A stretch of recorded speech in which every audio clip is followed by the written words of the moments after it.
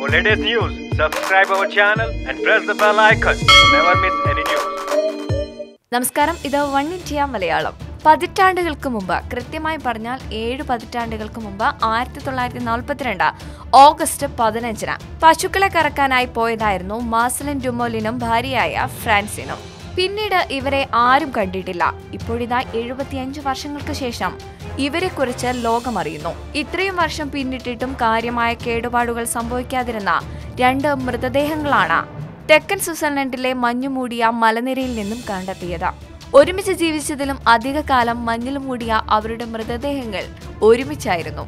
ഇത്രയും വർഷം പിന്നിട്ടിട്ടും കാര്യമായ കേടുപാടുകൾ സംഭവിക്കാതിരുന്ന 2 മൃതദേഹങ്ങളും അടുത്തടുത്തായിട്ടാണ് കാണപ്പെട്ടത്.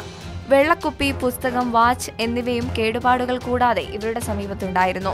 സ്വിസ് കേബിൾ കാർ കമ്പനിയാണ് മഞ്ഞിൽ ഉറഞ്ഞുകിടക്കുന്ന മൃതദേഹങ്ങളുടെ ചിത്രം പുറത്തുവിട്ടത്. റിസോർട്ട് ജീവനക്കാരനാണ് വ്യാഴാഴ്ച മൃതദേഹം കണ്ടെത്തിയത്. ഇതോടെ ഇവരുടെ മക്കളുടെ നീണ്ടകാല കാത്തിരിപ്പിന് വിരാമമായി. ഇവരെ കാണാതായതു മുതലുള്ള അന്വേഷണം ഇന്നും തുടരുന്നുണ്ടായിരുന്നുവെന്ന് ദമ്പതികളുടെ ഇളയ മകൾ മാർസലിൻ പറയുന്നു. 79 വയസ്സാണ് ഇപ്പോൾ അവർക്ക്.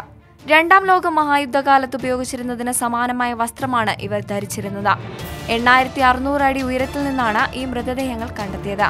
ഇവരെ തിരിച്ചറിയാൻ സഹായിക്കുന്ന രേഖകൾ ഇവരുടെ ശരീരത്തിൽ നിന്ന് കിട്ടിയതായി പോലീസ് അറിയിച്ചു. എന്നാലും മൃതദേഹങ്ങൾ ഇവരുടേതാണെന്ന് സ്ഥിരീകരിക്കുന്നതിനായി ശാസ്ത്രീയ പരിശോധനയ്ക്ക് വിധേയമാക്കും. ചെരുപ്പുകുത്തിയായ മാർസലിൻ ഡുമോലിനും അധ്യാപികയായിരുന്ന ഫ്രാൻസിനും 2 പെൺകുട്ടികളടക്കം 7 മക്കളായിരുന്നു. ഡുമോലിന് 40, ഫ്രാൻസിന് 37 വയസ്സുള്ളപ്പോഴാണ് ഇവരെ കാണാതാകുന്നത്.